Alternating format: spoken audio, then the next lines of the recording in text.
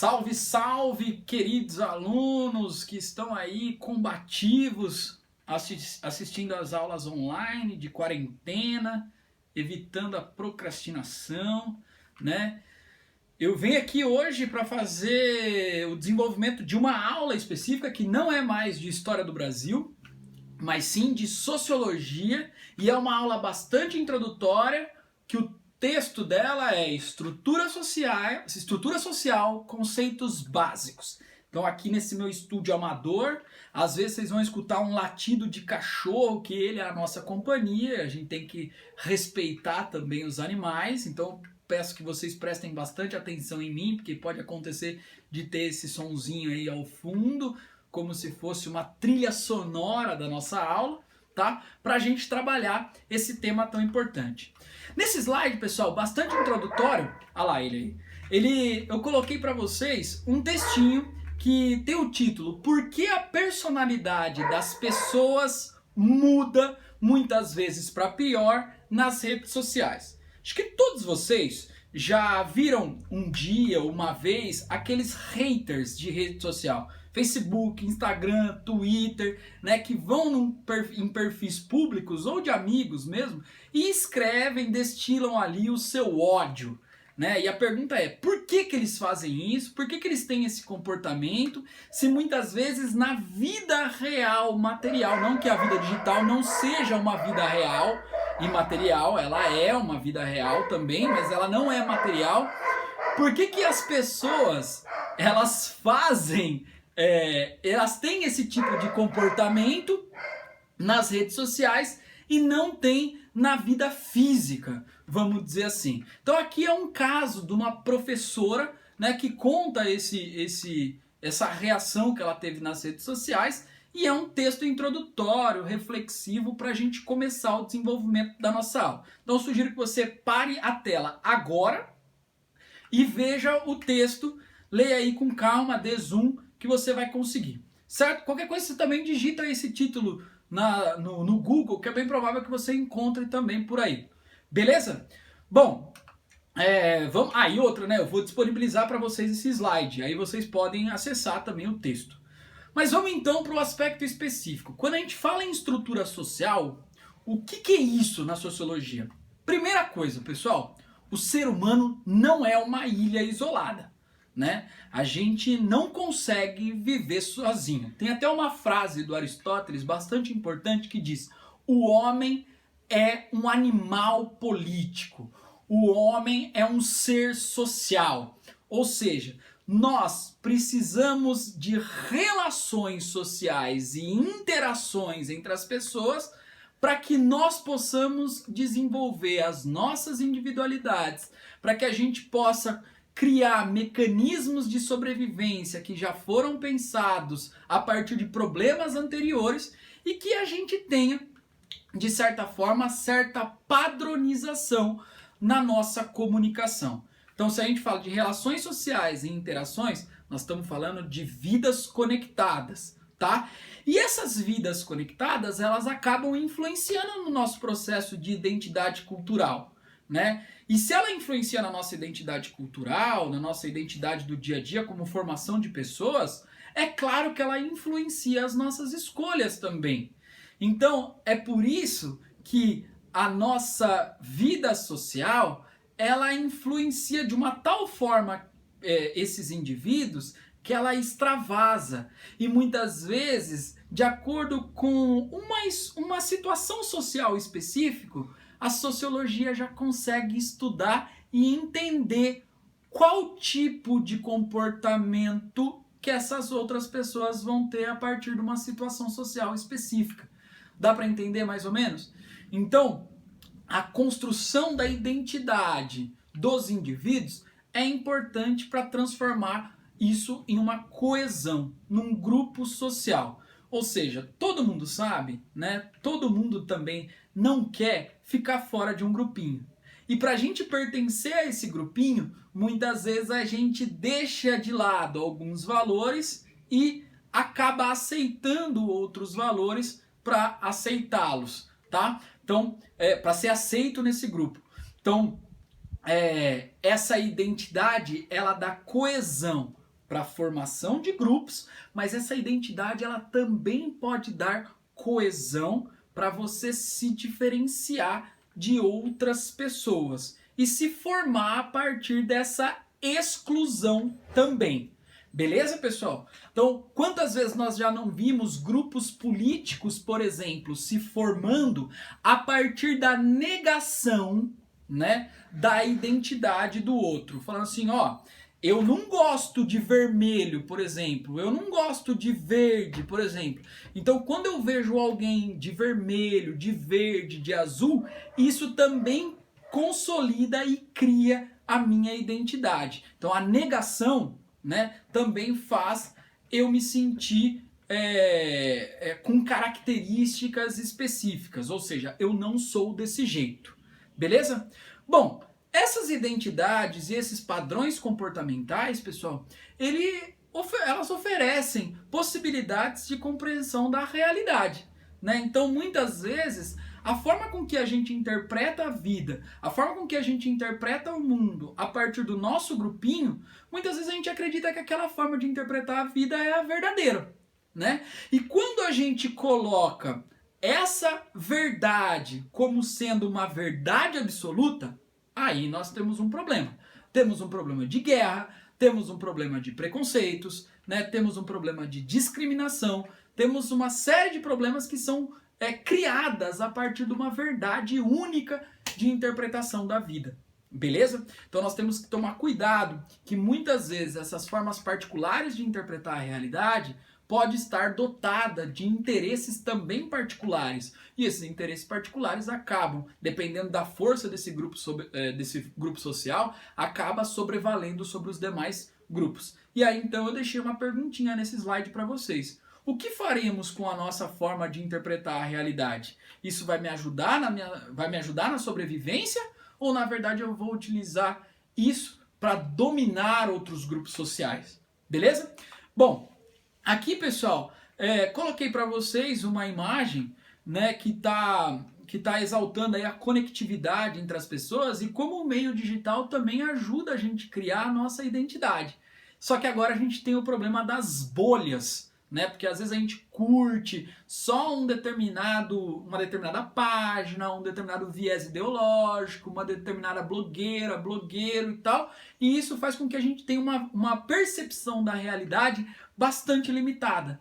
E como a gente acha que está aparecendo tudo aquilo pra gente, tudo aquilo é universal, a gente tenta levar essa visão limitada como sendo uma visão universal. E a gente esquece que há outras formas de interpretar a realidade também. Então, cuidado com as bolhas sociais, certo? Bom, e aí, pessoal, quando a gente fala em estrutura social, a gente tem que falar da vida social. O que é a vida social? É a prática do dia a dia, né? E essa prática do dia a dia, para a gente conviver, precisa ter cultura, né? Se a gente não tem cultura, uma cultura que consegue dar certos padrões de existência, a gente não vive.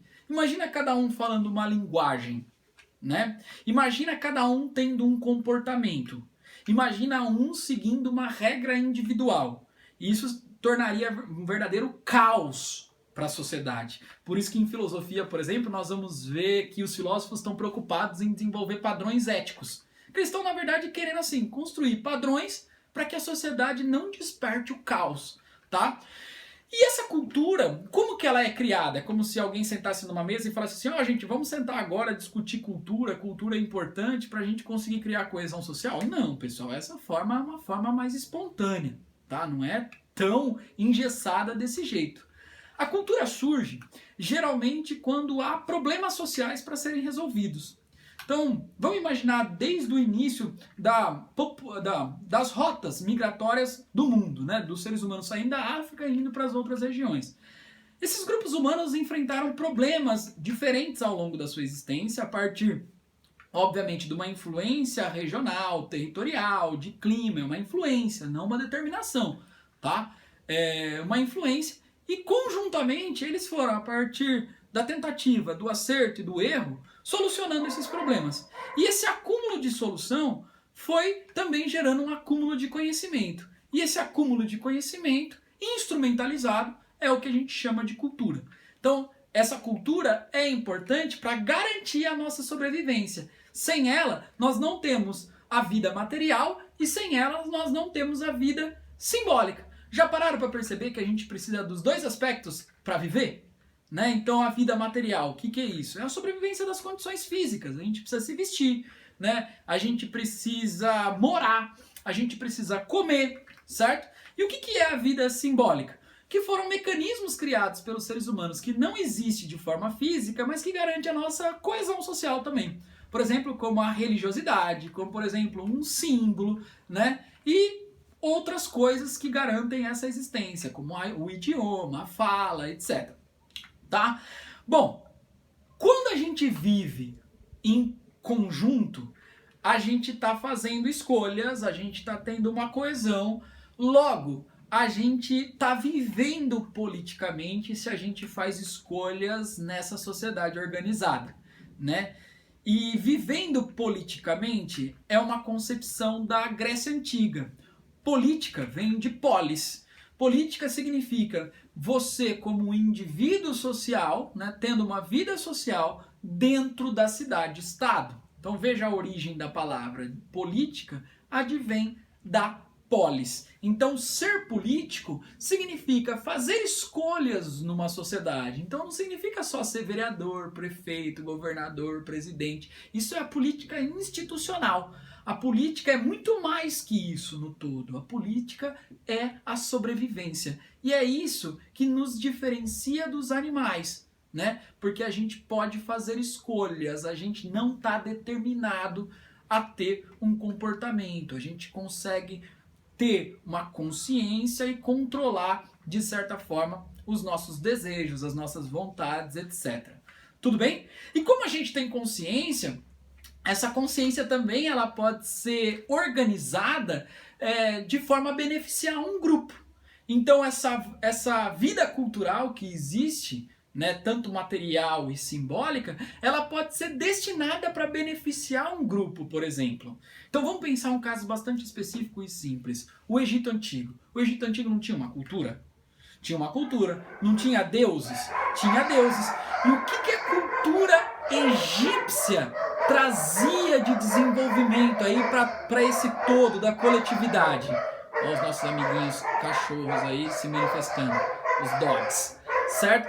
O que essa cultura egípcia, pessoal, trazia como interpretação da realidade, vamos dizer assim, de que todas as bases econômicas e os deuses favoreciam um grupo social específico. O grupo social que está sendo representado pelo faraó, certo? Então, nesse cenário, nós temos um grupo dominante num determinado espaço que conseguiu determinar para onde essa consciência de construção de vida simbólica e vida material fosse dirigido. Beleza, pessoal? E aí, então, essa cultura passa a formar a estrutura, certo? E aí a gente precisa entender o que é uma estrutura de fato. Vamos pensar num prédio, pessoal. Pensa num prédio que tem uma relação física com aquilo que a gente pensa. O prédio não tem uma estrutura, certo? Ele tem uma estrutura que leva ele desde o último andar até o alicerce. Essa estrutura, muitas vezes, ela não é vista. São as vigas que ligam lá do topo até a raiz. Beleza? E aí, pessoal, essa estrutura, ela acaba influenciando o que vai ser construído em torno desse prédio, tá? Então seria uma organização da sociedade que se sustenta com pontos interligados. Tudo bem? Para essa estrutura modificar, né, é preciso de um processo longo, um processo de bastante também trabalho humano. Beleza? Então, porque essa estrutura, como ela tem raízes profundas e elas são históricas, muitas vezes a gente acha que é naturalizado, que é da natureza, mas não é. Como ela quer trazer pra gente bases comportamentais, isso vai definir pra gente normas e padrões, né, para a gente viver em sociedade. E essas normas e padrões acabam trazendo também regularidade, previsibilidade das nossas ações, porque fica difícil a gente sair dessa estrutura para viver socialmente. E como tem essa regularidade, fica um pouco mais fácil da gente fazer um estudo da sociedade mais aprofundado, que seja mais científico, que é o papo que a gente já estudou sobre a ciência sociológica, né? Então, mas afinal, qual é a base dessa estrutura, né? Qual é o alicerce dessa estrutura? O que sustenta essa estrutura? E aí o que sustenta essa estrutura seria a conformidade, por exemplo, né? Ou seja, as pessoas conformadas, ou a contradição, né? Ou seja, as pessoas acabam entendendo esses processos e falando assim, bom, a gente precisa mudar, mas acaba mudando de forma limitada. Então nós temos aí um primeiro sociólogo, pessoal, chamado Durkheim, que viveu basicamente no século XIX, que mostra pra gente que a estrutura é poderosa, né? Só que, como a estrutura é poderosa, os espaços de ação são limitados. Então imagina num prédio, né? A estrutura está ali. É possível mudar o prédio de lugar? Certo? Então ele fala, não é possível, a gente não consegue. A gente consegue mudar algumas coisas, por exemplo, às vezes a gente consegue mudar uma janela, às vezes a gente consegue mudar, sei lá, uma porta de lugar, mudar o tapete de um cômodo para outro, beleza? Então o espaço de ação é bastante limitado. E aí ele usa como referência a consciência coletiva que essa estrutura dispõe, que seria crenças e sentimentos comuns a boa parte dos membros de uma sociedade. Ou seja, essa estrutura também gera um aspecto de consciência para que os indivíduos interpretar que isso é difícil de ser mudado, que ela é difícil de ser mudada, tá? E também essa estrutura social gera fato social, ou seja, uma forma bastante prática de agir, de pensar e de sentir, né? Que levariam uma coerção sobre as pessoas, ou seja, uma estrutura que influencia de forma bastante engessada o comportamento delas, tá? Bom, pessoal, nesse cenário, né, a gente pode dizer aí uma perguntinha. Nós podemos dizer que os seres humanos são sociais e políticos? Por quê? Então, dessa forma, eu encerro essa primeira parte com vocês sobre estrutura social, tá? Tenta responder essa perguntinha e depois a gente dá sequência para a nossa aula. Se você não tem a resposta dessa pergunta, vá para o começo da nossa aula. Essa é a dica. Beleza? Um forte abraço, mantenham-se resistentes aí.